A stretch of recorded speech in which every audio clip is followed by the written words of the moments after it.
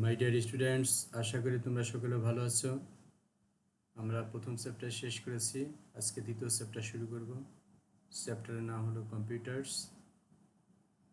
এটা একটা ব্যাপক বিস্তৃত বিষয়। তোমার কম্পিউটার বিষয়ে কমপক্ষে কোর্স আছে তোমার 50টা, আর আমরা সেখানে শুধু একটা চ্যাপ্টার পড়ব। স্বাভাবিকভাবে আমরা শুধু প্রাথমিক ধারণা নেব, এর আলোচনার কোনো শেষ নেই। তোমরা সবাই মনোযোগ দিয়ে শোনার চেষ্টা করবা। তাহলে শুরু করা যাক। আমাদের চ্যাপ্টারের নাম হলো কম্পিউটার্স। আজকের আলোচ্য বিষয় হলো computer system diagram and functions. আমরা শুধু মৌলিক ধারণা নিয়ে আলোচনা করব।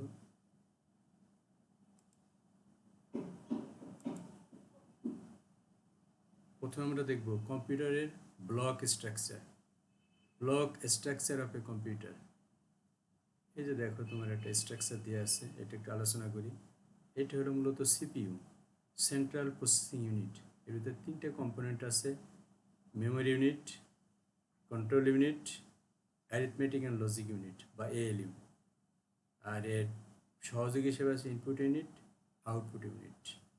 সিপিইউ মানে হলো কম্পিউটারের ব্রেন বা মস্তিষ্ক, যাবতীয় কার্যকলাপে নিয়ন্ত্রণ করে, আর একে সহযোগিতা করে ইনপুট ইউনিট এবং আউটপুট ইউনিট।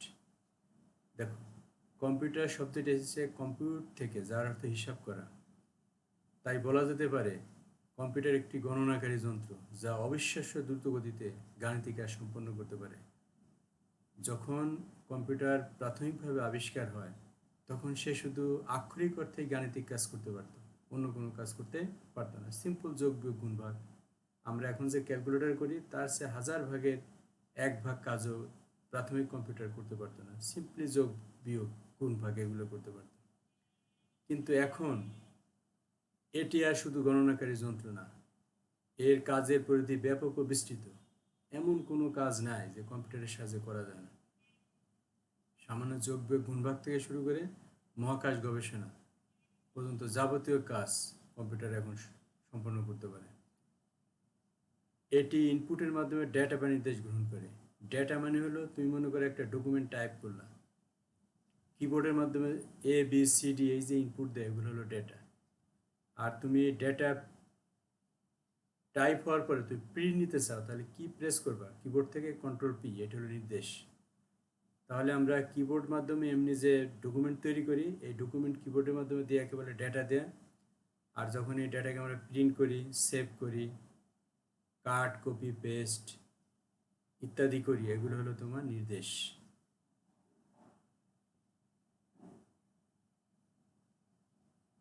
তাহলে আমরা ইনপুটের মাধ্যমে ডেটা বা নির্দেশ গ্রহণ করে কম্পিউটার, এটা ডেটা সংরক্ষণ করতে পারে, ব্যবহারকারী নির্দেশ অনুযায়ী ডেটা প্রক্রিয়াকরণ করতে পারে, এটি ফলাফল প্রদর্শন করতে পারে, এটি কম্পিউটার অভ্যন্তরীণ যাবতীয় কার্যকলাপ স্বয়ংক্রিয়ভাবে নিয়ন্ত্রণ করতে পারে। আমাদের কিছুই করা লাগে না, আমরা শুধু কমান্ড দেব, আমাদের কাঙ্ক্ষিত ফলাফল তারা প্রক্রিয়াকরণ করে প্রদর্শিত করবে। এরপরে আমরা আর একটা ব্লক ডায়াগ্রাম দেখি। দেখো, এই যে হলো তোমার সিপিইউ, সেন্ট্রাল প্রসেসিং ইউনিট। একে অনেক সময় আমরা মাইক্রো প্রসেসরও বলি, সামান্য একটু পার্থক্য আছে, প্রায় একই। দেখো, এই যে মাদারবোর্ড, এই মাদারবোর্ডের ভিতরে কি থাকে? প্রসেসর থাকে, ক্লক থাকে, ক্লক যে সিগন্যাল তৈরি করে, অসিলেটর সার্কিট, র্যাম থাকে, রম থাকে, expansion slot and cards. Expansion slot and cards মানে হলো তোমার, আমরা যে ছবি দেখি সুন্দরভাবে ছবি উপস্থাপন করার জন্য এজিপি কার্ড থাকে, accelerated graphics board, PCI expansion slot থাকে। এরকম বিভিন্ন ধরনের স্লট থাকে বাড়তি কাজ করার জন্য, সাউন্ড সুন্দর করার জন্য কার্ড থাকে, পিসিআই স্লট। আর দেখো, মাদারবোর্ডের সাথে থাকে বিভিন্ন পোর্ট।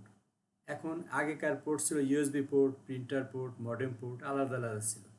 এখন কিন্তু সব পোর্ট এক হয়ে গেছে, সেটা ইউএসবি পোর্ট। ঠিক আছে, এখন আর ওই আগের তোমার পুরানো প্রিন্টারের জন্য যে পোর্ট, এই পোর্টগুলো এখন আর নেই। আর মাদারবোর্ডের সাথে আমাদের কানেকশন দেওয়া থাকে হার্ড ডিস্ক, সিডি ড্রাইভ, আর ইনপুট ডিভাইস, আউটপুট ডিভাইস সমূহ। দেখো, আগের চিত্রেরই আর একটু তোমার ডিটেলস করা হয়েছে। এইটা হলো তোমার সিপিইউ। এই চিত্রটা কিন্তু অনেক ভালো কাজের। এই চিত্র ভালো করে খেয়াল করে অনেক কিছু বুঝতে পারবা।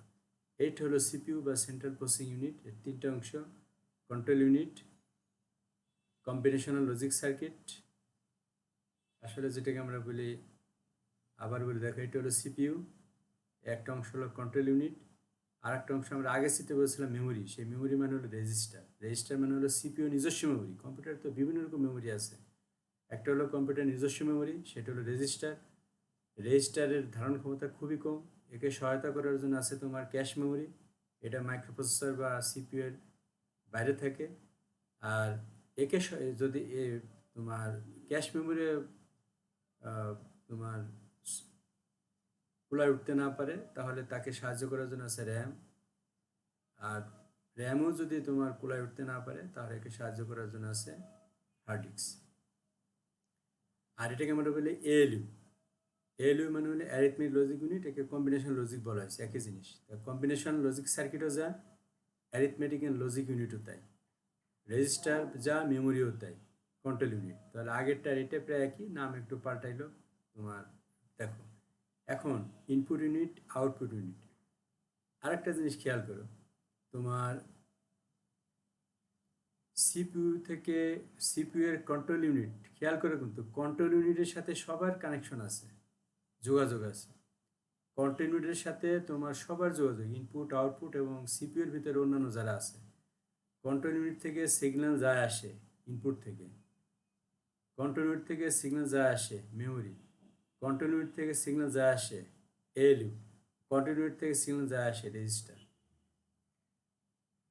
আর রেজিস্টার থেকে তোমার এএলইউতে ডেটা আদান প্রদান করে, আবার এএলইউ থেকে আসে রেজিস্টার থেকে।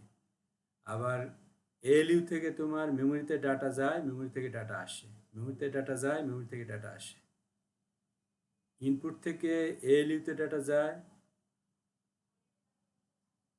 সেখান থেকে আবার মেমোরিতে ডাটা যায়, তারপরে সেটা আবার কি আউটপুটও যায়। এই চিত্রটা কিন্তু অনেক পরিষ্কার চিত্র, এটা একটু তোমরা মনোযোগ দিয়ে দেখবা, তাহলে কম্পিউটারের প্রাথমিক কার্যকলাপ সহজে বোঝা যাবে। আর একটা বিষয় দেখো, কম্পিউটারের বিভিন্ন অংশ আমরা বললাম, এর একটু কাজ আমরা আলোচনা করি। কম্পিউটার হলো একটি ইলেকট্রনিক ডিভাইস, নট ইলেকট্রিক্যাল, যে ব্যবহারকারী নির্দেশ অনুযায়ী অবিশ্বাস্য দ্রুত গতিতে নিখুঁতভাবে কাজ করতে পারে।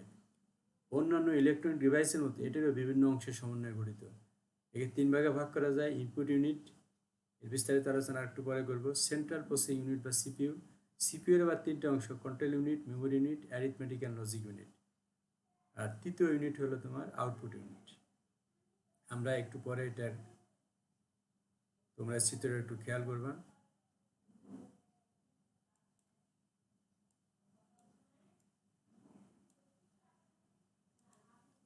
দেখো আমরা যে সিপিইউ পড়েছি, সিপিইউ বর্তমানে সিপিইউ বলতে আমরা মাইক্রোপ্রসেসরই বুঝি, একসময় হয়তো মাইক্রোপ্রসেসর ছিল, অন্যরকম ছিল।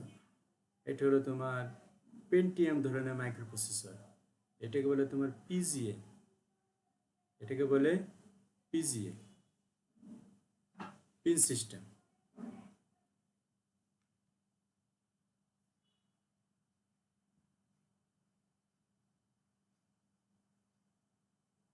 আমরা এখন কম্পিউটারের বিভিন্ন অংশে কাজ নিয়ে আলোচনা করব। ইনপুট ইউনিট এর কাজ নিয়ে আলোচনা করব। কম্পিউটারে ডেটা ইনপুট করা বা নির্দেশ প্রদান করার জন্য যে সকল যন্ত্র বা ডিভাইস ব্যবহৃত হয় তাকে বলে ইনপুট ইউনিট। মোট কথা, কম্পিউটারে আমরা যে ডিভাইসের মাধ্যমে ডেটা বা নির্দেশ দেই বা কম্পিউটার রিসিভ করে, সেই সমস্ত ডিভাইস সমূহকে আমরা বলি ইনপুট ইউনিট। যেমন কিবোর্ড, মাউস, এটা হলো সবচেয়ে ব্যাপক ব্যবহৃত ইনপুট ইউনিট। এছাড়া স্ক্যানার আছে, ওএমআর আছে, মেশিন আছে, লাইট পেন আছে, ডিজিটাল ক্যামেরা আছে, পেন ড্রাইভ আছে ইত্যাদি। সেন্ট্রাল প্রসেসিং ইউনিট তিনটা অংশের সমন্বয়ে গঠিত, আগেও বলা হয়েছে, control unit, memory unit, arithmetic and logic unit. Central processing unit এটা হলো তোমার এই তিন ইউনিটের সমন্বয়ে তার কাজ সম্পন্ন করে। সেন্ট্রাল প্রসেসিং ইউনিট হলো কম্পিউটারের মস্তিষ্ক স্বরূপ। ইন্টেল এবং এএমডি, এএমডি মানে হলো অ্যাডভান্সড মাইক্রো ডিভাইস, এই দুটো কোম্পানি হলো তোমার সিপিইউ প্রস্তুতকারী সবচেয়ে জনপ্রিয় প্রতিষ্ঠান, এদের প্রসেসর আমরা সবচেয়ে বেশি ব্যবহার করি। সেন্ট্রাল প্রসেসিং ইউনিটের কার্যাবলী, এটি কম্পিউটারের সকল যন্ত্রাংশ, সফটওয়্যার ও ডেটা ফ্লো নিয়ন্ত্রণ করে। আরেকটা কথা বলে নেই, কম্পিউটার কিন্তু একা একা কিছুই করতে পারে না যদি এর ভিতরে প্রয়োজনীয় সফটওয়্যার ইনস্টল করা না থাকে। কম্পিউটারের সকল যন্ত্রাংশ, যত কম্পোনেন্ট আছে কম্পিউটারের সাথে, তোমার keyboard, mouse, printer, hard disk, CD ROM, pen drive, digital camera, যত কিছু আমরা কম্পিউটারের সাথে সংযোগ দেই সমস্ত কিছু নিয়ন্ত্রণ করে সেন্ট্রাল প্রসেসিং ইউনিট। যদি সেন্ট্রাল প্রসেসিং ইউনিট কাউকে শনাক্ত করতে না পারে তাহলে সেই যন্ত্রাংশ কোনো কাজ করতে সক্ষম হবে না।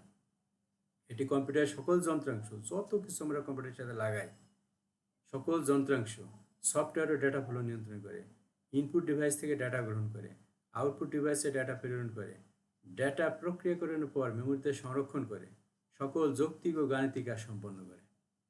মোট কথা 3 ইউনিটের কাজ, যা সেন্ট্রাল প্রসেসিং ইউনিটের কাজও তাই।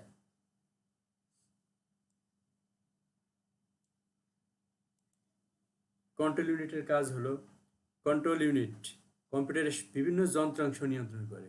কিবোর্ড, তুমি একসাথে 5টা কিবোর্ডের কি প্রেস করলা, সে কিন্তু 5টা নেবে না, যেটা প্রথম আগে প্রেস করছো সেইটা আগে নেবে, একসাথে 5টা কখনো নেবে না।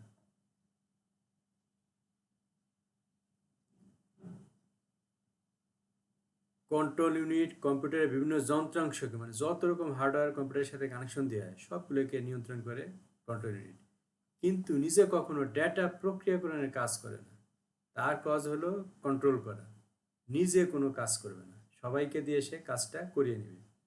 এটি ইনপুট থেকে পাওয়া নির্দেশ বা ডেটা মেমোরিতে আগে প্রেরণ করে। আমরা কিবোর্ড বা মাউসের মাধ্যমে বা যে সমস্ত ডেটা বা নির্দেশ দেই সেটার প্রথম কাজ হলো আগে মেমোরিতে দেওয়া। মেমোরি থেকে কন্ট্রোল ইউনিট ওই ডাটা পড়ে মেশিন ভাষায় অনুবাদ করে বা ডিকোড করে। তারপরে এটা তোমার কম্পিউটারে বোঝার উপযোগী হয়। এইভাবে সে কম্পিউটারের বিভিন্ন যন্ত্রাংশকে নিয়ন্ত্রণ করে। অনেক জটিল ইলেকট্রনিক সার্কিটের সাহায্যে কন্ট্রোল ইউনিট গঠিত। আমরা তো শুধু পড়লাম কন্ট্রোল ইউনিট, ব্লক ডায়াগ্রাম, কিন্তু বাস্তব স্ট্রাকচার অনেক জটিল। মেমোরি ইউনিট, এই মেমোরি ইউনিট নিয়ে বিতর্ক আছে। মেমোরি ইউনিট হলো তোমার প্রাথমিকভাবে রেজিস্টার, সিপিইউ এর নিজস্ব মেমোরি। এছাড়া আরও অনেক বাড়তি মেমোরি আছে। সিপিইউ এর নিজস্ব মেমোরি হলো রেজিস্টার, তার পরবর্তীতে তাকে সাহায্য করার জন্য সিপিইউ এর বাইরে আছে ক্যাশ মেমোরি, ক্যাশ মেমোরিকে আবার সাহায্য করার জন্য আছে র্যাম, রম, এই র্যামকে আবার সাহায্য করার জন্য আছে hard disk, CD ROM, pen drive ইত্যাদি। এই ইউনিটের নির্দেশ বা ডেটা প্রাথমিক ফলাফল, তুমি 2 আর 3 যোগ করলা, যোগটা প্রাথমিকভাবে কোথায় সংরক্ষিত থাকবে? এই মেমোরি ইউনিটে। চূড়ান্ত ফলাফল, তাহলে নির্দেশ, ডেটা, প্রাথমিক ফলাফল, চূড়ান্ত ফলাফল মেমোরিতে সংরক্ষিত থাকে। এই ইউনিট কম্পিউটারের বিভিন্ন অংশকে তাদের প্রয়োজনীয় মতো ডেটা সরবরাহ করে। এই ইউনিটের কাজ হলো কন্ট্রোল ইউনিট বলো, এএলইউ বলো, রেজিস্টার, এএলইউ বলো, কন্ট্রোল ইউনিট বলো, সবাইকে সে ডেটা সরবরাহ করে। এমনকি আউটপুট ইউনিটকে সে ডেটা সরবরাহ করে। এই ইউনিটকে প্রধান মেমোরি বা প্রাথমিক মেমোরি বা ডাইনামিক্স মেমোরি, র্যাম বলা হয়। আসলে এই ইউনিট হবে রেজিস্টার। আমরা ক্যাশ মেমোরি, প্রধান মেমোরিকেও এই মেমোরি ইউনিটের অন্তর্ভুক্ত করতে পারি। সকল ইনপুট এবং আউটপুট প্রধান মেমোরির মাধ্যমে ডাটা সঞ্চালিত হয়ে থাকে। অ্যারিথমেটিক লজিক ইউনিট, খেয়াল করবে কিন্তু লজিক সার্কিটের সমবায় বা কম্বিনেশন দুইভাবে হয়। একটা হলো তোমার কম্বিনেশনাল লজিক সার্কিট, আবার বলি বিভিন্ন লজিক সার্কিটের সমন্বয় বা কম্বিনেশনের মাধ্যমে আমরা 2 ধরনের সার্কিট তৈরি করতে পারি। একটা হলো কম্বিনেশনাল ডিজিটাল ইলেকট্রনিক সার্কিট, আর একটা হলো sequential digital electronic circuit. Sequential electronic digital circuit ও তোমার লজিক গেটের মাধ্যমে তৈরি। কম্বিনেশনাল ডিজিটাল ইলেকট্রনিক সার্কিট সেটাও বিভিন্ন লজিক গেটের মাধ্যমে তৈরি। দুটার ভিতরে পার্থক্য হলো এই, কম্বিনেশনাল ডিজিটাল ইলেকট্রনিক সার্কিটে মেমোরি হিসেবে কাজ করতে পারে না, সে শুধু প্রক্রিয়াকরণের কাজ করতে পারে, বিভিন্ন গাণিতিক কাজ, লজিক্যাল কাজ সে সম্পন্ন করতে পারে, কিন্তু তার কোনো সংরক্ষণ করার উপায় নাই নিজস্বভাবে। আর সিকোয়েন্সিয়াল ডিজিটাল ইলেকট্রনিক সার্কিট, সে গাণিতিক কাজ করার পরেও সেটাকে সে সংরক্ষণ করার ব্যবস্থা সেখানে আছে। আমাদের এএলইউ হলো তোমার কম্বিনেশনাল ডিজিটাল সার্কিট, সে শুধু গাণিতিক কাজ করে দিবে, সেটা সংরক্ষিত হবে রেজিস্টারে বা প্রধান মেমোরিতে। আর গাণিতিক কাজ বলতে আমরা বুঝবো যোগ, বিয়োগ, গুণ, ভাগ ইত্যাদি। আর যুক্তিমূলক কাজ বলতে আমরা বিভিন্ন ডেটার মধ্যে তুলনা, নির্বাচন, সিলেকশন, ম্যাচিং, মার্জিং ইত্যাদি কাজ। আশা করি বুঝতে পেরেছ। আর এগুলো সম্পর্কিত তোমাদের অলরেডি ভালোই ধারণা আছে। এই মাস্টার্সের সিলেবাস যখন তৈরি করা হয় তখন কিন্তু কম্পিউটার এত ব্যাপক প্রচলন ছিল না, কম্পিউটার সম্পর্কে ধারণাও ছিল না। উচ্চ মাধ্যমিক শ্রেণীতে কম্পিউটার ছিল না, এখন তো উচ্চ মাধ্যমিক শ্রেণীতে আইসিটি কোর্স আছে, তোমাদের এই সম্পর্কে মোটামুটি একটা ধারণা আছে, হয়তো এই সিলেবাসের চেয়ে বেশি ধারণাই আছে তোমাদের। আর একটা কাজ করে ডেটা স্থানান্তরের কাজ, তোমার দেখবা রেজিস্টারের ডাটা এক বিট ডানে বা বামে সরে যায়, এই ডানে বা বামে সরার কাজকে বলে স্থানান্তরের কাজ। এরপরে আমরা দেখব আউটপুট ইউনিট। কম্পিউটারের ডেটা প্রক্রিয়াকরণের পর ফলাফল বা আউটপুট যে ডিভাইসের মাধ্যমে পাওয়া যায় তাকে বলে আউটপুট ইউনিট। যেমন মনিটর, আমরা একটা জিনিস প্রিন্ট দিব, আমরা একটা জিনিস টাইপ করতেছি, একটা ডকুমেন্ট তৈরি করতেছি, ডকুমেন্ট আমরা কোথায় দেখি? মনিটরে দেখি। পরে আমরা এটা কাগজে প্রিন্ট করতে চাই, তাহলে ওটা কোথায় পাবো? কাগজে পাবো, তাই না? তাহলে তোমার মনিটর, প্রিন্টার ইত্যাদির মাধ্যমে আমরা আউটপুট পেতে পারি। প্লটারও আছে, প্লটার মানে গ্রাফ তৈরি করে, গ্রাফ আঁকার মতো প্রিন্টার। তাহলে মনিটর, প্রিন্টার এর কাজ হলো আমরা যে ডকুমেন্ট তৈরি করলাম বা প্রক্রিয়াকরণ করলাম সেটাকে আউটপুটে দেখা।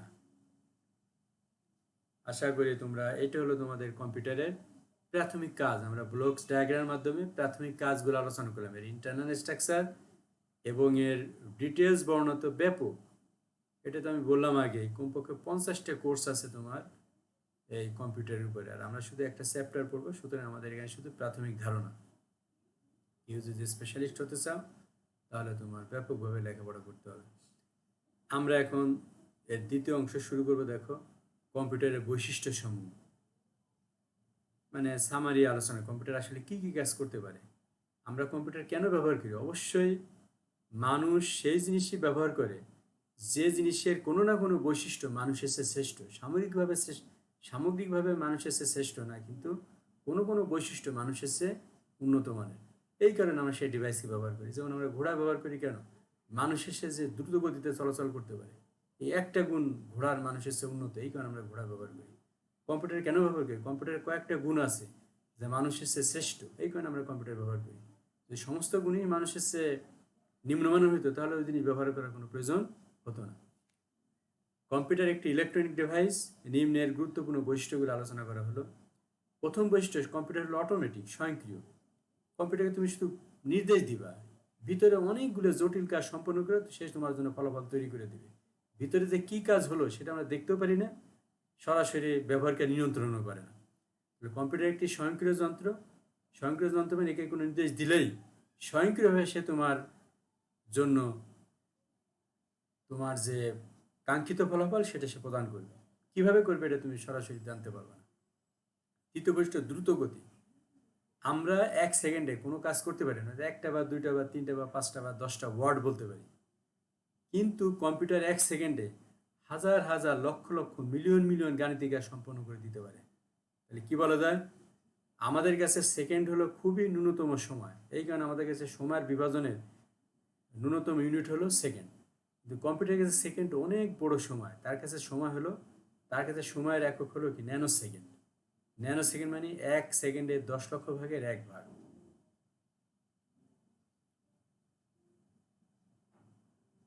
দেখো, দ্রুত গতি হলো তার দ্বিতীয় বৈশিষ্ট্য। কম্পিউটারের অধিকাংশ নির্দেশাবলী 1 সেকেন্ডে 10 লক্ষ বার 1 ভাগ সময়ের মধ্যে সম্পন্ন করে। কম্পিউটার অতি দ্রুত গতিতে কাজ সম্পন্ন করতে মানুষের ক্ষেত্রে অকল্পনীয়। কম্পিউটারের কাজের গতিকে ন্যানো সেকেন্ড হিসেব করা হয়। কম্পিউটার 1 ন্যানো সেকেন্ডে মিলিয়ন মিলিয়ন যোগ বিয়োগ গুণ ভাগ অন্যান্য গাণিতিক কাজ সম্পন্ন করতে পারে। দেখো, সময়ের বিভাজন 1 মিলি সেকেন্ড 10⁻³ সেকেন্ড, মানে 1 সেকেন্ডের 1000 ভাগের 1 ভাগ। 1 মাইক্রো সেকেন্ড 10⁻6 সেকেন্ড, 1 সেকেন্ডের 10 লক্ষ ভাগের 1 ভাগ। 1 ন্যানো সেকেন্ড 1 সেকেন্ডের 100 কোটি ভাগের 1 ভাগ। 1 পিকো সেকেন্ড 10⁻, মানে 1 মাইক্রো সেকেন্ড বলে 1 পিকো সেকেন্ড 10⁻12 সেকেন্ড। এত দ্রুত গতিতে কম্পিউটার কাজ, তাকে সময়ের ব্যবধান কোন একক পর্যন্ত গেছে? পিকো সেকেন্ড 10⁻12 সেকেন্ড। বিশ্বাসযোগ্যতা বা নির্ভুলতা। কম্পিউটার অত্যন্ত দ্রুত গতিতে কাজ করলেও নির্ভুল, কাজে কোনো ত্রুটি হবে না। যদি আমরা কোনো ত্রুটি না করি, কম্পিউটার নিজের থেকে কোনো ত্রুটি করবে না। সূক্ষ্মতা। কম্পিউটার অতি সূক্ষ্মভাবে কাজ করতে পারে, দশমিকের পরে আমরা যে যোগ বিয়োগ গুণ ভাগ করি, একটা যোগ বিয়োগ গুণ ভাগ দশমিকের পরে কয় ঘর পর্যন্ত আমরা করি? এত 2 ঘর, 4 ঘর, 5 ঘর। কিন্তু কম্পিউটার দশমিকের পরে বেশ কয়েক ঘর পর্যন্ত, অনেক ঘর পর্যন্ত ফলাফল নির্ধারণ করতে পারে অতি সূক্ষ্মভাবে। ক্লান্তিহীনতা, আমরা কয়েক ঘন্টা কাজ করার পরে আমাদের ওয়ার্কিং আওয়ার হলো 8 আওয়ার্স। 8 আওয়ার্স এর মানে হলো এরপরে যদি আরও বেশি কাজ করি আমাদের ক্লান্তি অনুভব করি, কাজে ভুল হয়, অমনোযোগিতা হয়। কিন্তু কম্পিউটারের ক্ষেত্রে কোনো ক্লান্তিহীনতা নাই। সে দীর্ঘক্ষণ, ঘন্টার পর ঘন্টা, দিনের পর দিন একটানা কাজ করতে পারে। তার কাজে কখনো ত্রুটি হয় না, সে কোনো ধৈর্য হারিয়ে ফেলে না। বহুমুখিতা, বহুমুখিতা হলো কম্পিউটার একই সময় বিভিন্ন কাজ করতে পারে। তুমি মনে করো MS ওয়ার্ডে একটা ডকুমেন্ট টাইপ করতেছো, আবার ব্যাকগ্রাউন্ডে কোনো গান শুনতেছো, দুটো একসাথে চলবে, একটা আরেকটাকে ইন্টারাপ্ট করবে না। আবার তুমি চাইলে MS ওয়ার্ডের কাজ কিছুক্ষণ করার পরে এক্সেল ওপেন করলা, পাওয়ার পয়েন্ট ওপেন করলা, MS অ্যাক্সিস ওপেন করলা, ডেটাবেস ওপেন করলা, সবগুলো কাজ তুমি একসাথে করতে পারবে। মানে কম্পিউটার একসাথে চালাবে, তুমি যেটা যখন করো কোনো অসুবিধা নেই। তুমি গান শুনতেছো, আবার MS ওয়ার্ডের কাজ করো, গান শুনতেছো বা ভিডিও দেখতেছো, একই সাথে ডেটাবেজের কাজ করতেছো, এক্সেলের কাজ করতেছো, পাওয়ার পয়েন্টের কাজ করতেছো, সব একসাথে করতে পারবে। একটা আরেকটাকে ইন্টারাপ্ট বা বাধা দিবে না। এটা হলো বহুমুখিতা। মানুষ কিন্তু একসাথে একাধিক কাজ করতে পারে না।